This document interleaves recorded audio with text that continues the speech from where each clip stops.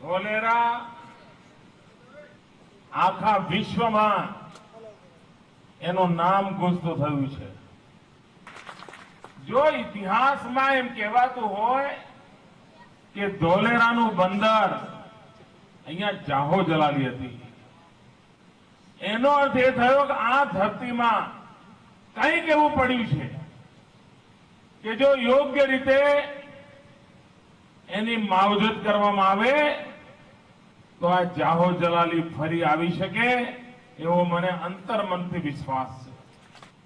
હું રોજ બરોજ ધોલેરાની એસઆઈઆરની માહિતી લેતો હોઉં છું। મિત્રો, કોઈએ કલ્પના નહીં કરી હોય એટલો રૂપિયો ધોલેરામાં ઉતર્યો છે। મને કોઈએ કહ્યું મુંબઈમાં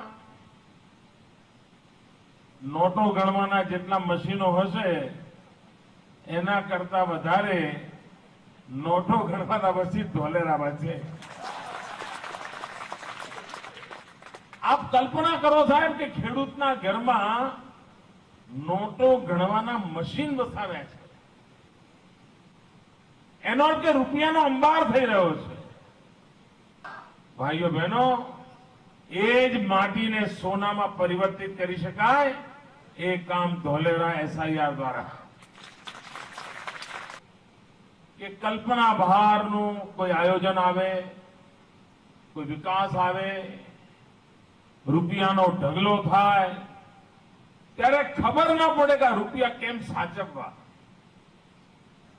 અરે સાચવવાનું તો જવા દો, રૂપિયા કેમ વાપરવા એ સમજણ ના પડે।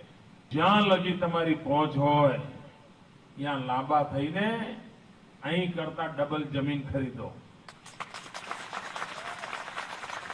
રૂપિયો જમીનમાં નાખો, 4 પેઢી ઉગી જશે, 4 પેઢી ઉગી જશે।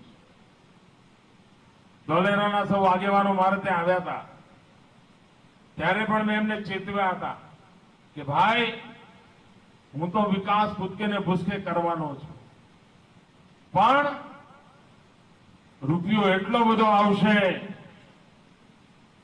કે અહીંનો માનવી એને પચાવી નહીં શકે। અને ધોલેરા વાળો તો જ્યાં જાય ત્યાં બતાવે બી ફોર વિકાસ। ધોલેરામાં વિમાન ઉતરશે અને વિમાન ઉતરશે એટલે આખી દુનિયાના વિમાન અહીં ઉતરવાનું છે, ખાલી ઇન્ડિયાના નહીં।